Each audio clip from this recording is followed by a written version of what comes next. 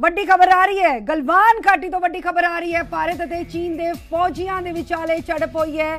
ਗਲਵਾਨ ਘਾਟੀ ਤੋਂ ਖਬਰ ਆ ਰਹੀ ਹੈ ਭਾਰਤ ਤੇ ਚੀਨ ਦੇ ਫੌਜੀਆਂ ਵਿਚਾਲੇ ਝੜਪ ਹੋਣ ਦੀ ਖਬਰ ਹੈ। ਝੜਪ ਹੋਈ ਤਾਂ ਇੱਕ ਆਫੀਸਰ ਤੇ 2 ਫੌਜੀ ਸ਼ਹੀਦ ਹੋਣ ਦੀ ਖਬਰ ਹੈ। ਬੀਤੀ ਰਾਤ ਦੋਹਾਂ ਮੁਲਕਾਂ ਦੇ ਫੌਜੀਆਂ ਦੇ ਵਿਚਾਲੇ ਝੜਪ ਹੋਈ ਸੀ। ਬੀਤੀ ਰਾਤ ਹੋਈ ਸੀ ਦੋਹਾਂ ਮੁਲਕਾਂ ਦੇ ਫੌਜੀਆਂ ਦੇ ਵਿਚਾਲੇ ਝੜਪ। ਗਲਵਾਨ ਘਾਟੀ ਤੋਂ ਖਬਰ ਹੈ ਜਿੱਥੇ ਭਾਰਤ ਅਤੇ ਚੀਨ ਦੇ ਫੌਜੀਆਂ ਦੇ ਵਿਚਾਲੇ झड़प हुई है।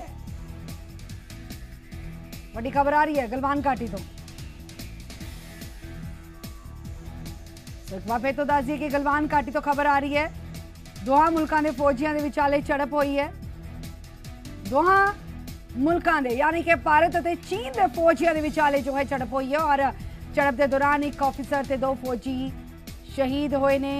बीती रात दोहां मुल्कां दे फौजियां दे विचाले झड़प हुई सी जिथे भारत और चीन दे संबंधों को सुधारने की लगातार कोशिश की जा रही है। बीते दिनों के भी जो है मीटिंग्स लगातार हुई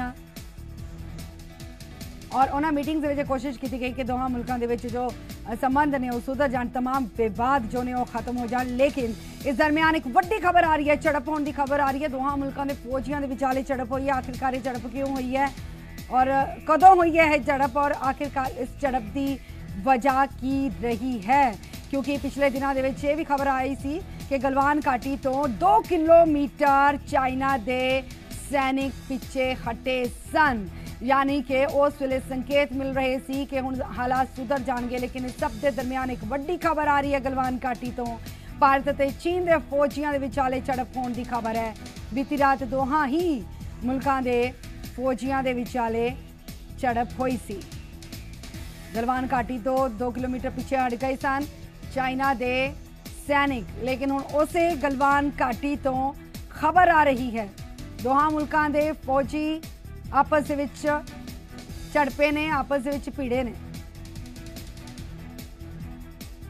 दस दिए कि भारत अते चाइना के दरमियान पिछले कुछ दिनों तो जो विवाद लगातार बढ़ता जा रहा सी। इस दरमियान खबर आ रही सी कि चाइना ने गलवान घाटी तो अपने सैनिकों नूं पिछे हटा लिया है। कैंप भी पहला नालों घट कर लए ने।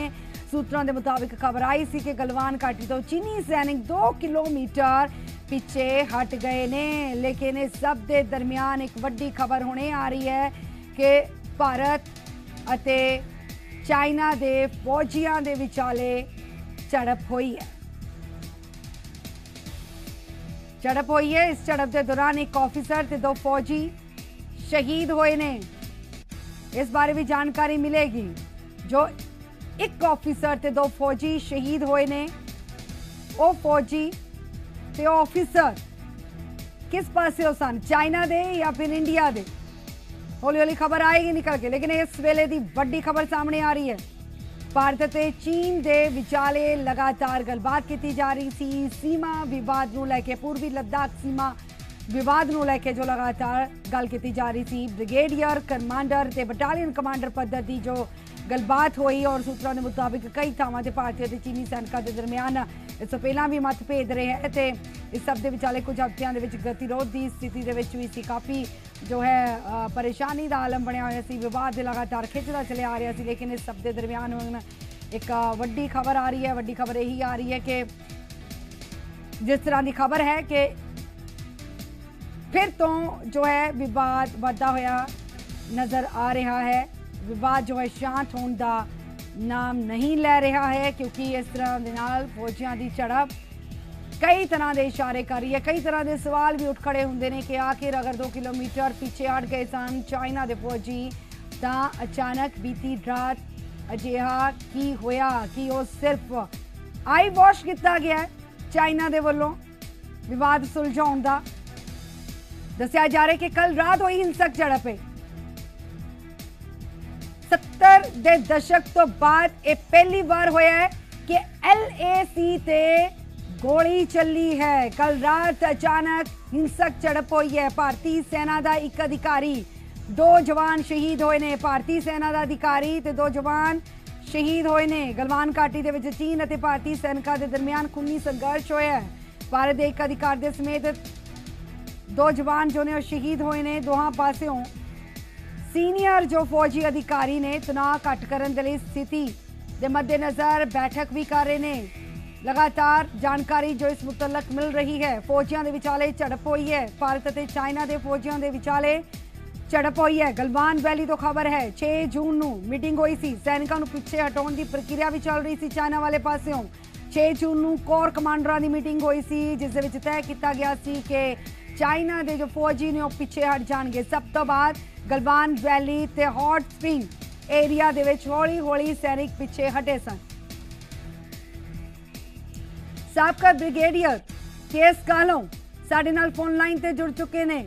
ब्रिगेडियर साहब, किस तरह लईए इस नूं? हालांकि चीनी सैनिक जो ने वो 2 किलोमीटर पिछे हटा ले गए सन, उस वेले इस तरह दी खबर आ रही सन कि आई वॉच सी है कि कोई जानकारी मिल रही है कि अचानक की होया, दोहां मुल्कां दे फौजी क्यों चढ़ पे? पिछले तकरीबन 1.5 महीने से चाइना के साथ खासतौर पर ईस्टर्न लद्दाख में ये कुछ एक स्थान ऐसे हैं जहां के झड़पें पहले भी हुई जी। उथे जिदा के पेंगोंग सो लेक देखा जाए जो साड़ी पेट्रोलिंग उथे हॉट स्प्रिंग फिंगर 4 तो 8 तो उन्होंने के दरम्यान पेंगोंग सो की गल गई, उथे भी नौबत इथों तक पहुंच गई कि हथों पाई हुई। उथे चाइनीज अपनी रॉड इलैक्ट्रिक जड़ियां के उथे उन्होंने फेंसिंग की, रॉड लैके ओदे नाल अखीर तक मुकाबाजी हुई और साडे जवानों ने भी उन्होंने करकैंती की, कोई शक नहीं। इस तरीके जे मैं कहा नकूला सिक्कन के लिए कुछ होया। हुण जड़ियां ने जिहड़ी गलबात हो रही है वो पिछले ये जो गलबात का सिलसिला देखिए लेफ्टिनेंट जनरल रैंक तक चला गया। अभी जो बातचीत हो रही है वो सारे थले तक लेवल तक हो रही है, हर एक पद्धर तक, एक कमांडिंग ऑफिसर के पद्धर तक, brigade commander, commanding officer, div commander, उसके बाद फिर बाद उत्ते लेवल तक होनी है। हुण ये जिहड़ी गलबात हुई है जिहड़ी कि मैं समझता हूँ कि वायलेंट स्कर्मिशेस हुई ने, ते बड़े अफसोस की गल है कि चीन जिहड़ा है इस वेले, क्योंकि इसमें कोई शक नहीं कि काफी लंबे समय तो स्टार्ट तो बाद खास तौर पर कोई फायरिंग नहीं हुई, मगर आ जड़ा काम है कि एक पत्थर सुटने, एक पत्थरबाजी जाए से गुथम गुथा जी हैंड टू हैंड बैटल है, ये बड़े अफसोस की गल है। और जो गल हुण मीडिया तो मिल रही है मैनू कि साडे अफसर जो जो शहीद होए ने, इसका मतलब है कि काफी हद जिहड़ी है कि चीन जो है अपनी सरहदां पार कर रहा, जो अपने नापाक कराते ने जिहड़े को आजाद कर रहा है। ये कड़ी इसके ऊपर मैं समझता हूँ कि कड़ा रुख अपनाने की जरूरत होगी। बिल्कुल, बहुत सख्त रुख की अपनाना चाहिए और सख्त रुख की होना चाहिए, क्योंकि पाकिस्तान दे नाल भी भारत वाले पासे लगातार जो है विवाद सुलझाने की कोशिश की गई, लेकिन लास्ट दे विच देश के प्रधानमंत्री नरेंद्र मोदी ने भी कह दिता कि अतवाद ते गलबात इकट्ठे नहीं चल सकते। लेकिन हुण चाइना दे नाल अगर मसले सुलझाने की कोशिश हो रही है, इस तरह आक्रमक रुख जो अख्तियार किया गया चीनी फौजियों के वलों कि चाइना की मंशा एक बार फिर तो सवाल ने, सख्त रुख किस तरह का होना चाहिए?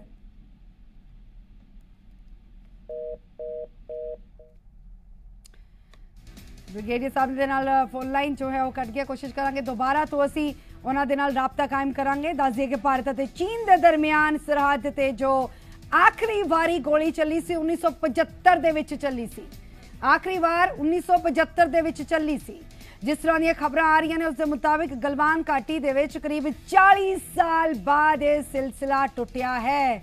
40 साल बाद एक बार फिर तो फायरिंग हुई है, 40 साल बाद एक बार फिर तो इतने फायरिंग हुई है। और 40 साल बाद अगर पहल की है तो चाइना के फौजियों के वलों की गई है।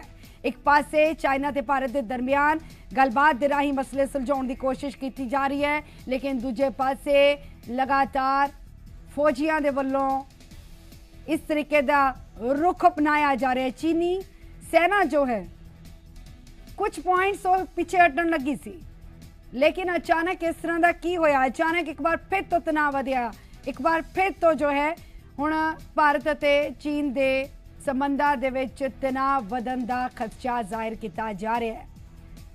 मई के शुरुआती दिनों दे विच चीनी सैनिकों के वलों LAC ते इस तरह का हमलावर रुख अख्तियार करना शुरू कर दिता गया सी। पूर्वी लद्दाख दे विच 4 थावां ते पीपल्स लिबरेशन आर्मी ने घुसपैठ की सी। वड्डी गिनती दे विच चीनी सैनिक बख्तरबंद गड्डियां दे नाल LAC दे बिल्कुल नज़दीक मौजूद सन। गलवान घाटी ते पेंगोंग झील दो मुख पॉइंट ने जिथे दोहां देशों दी सीमावां आमो सामने ने।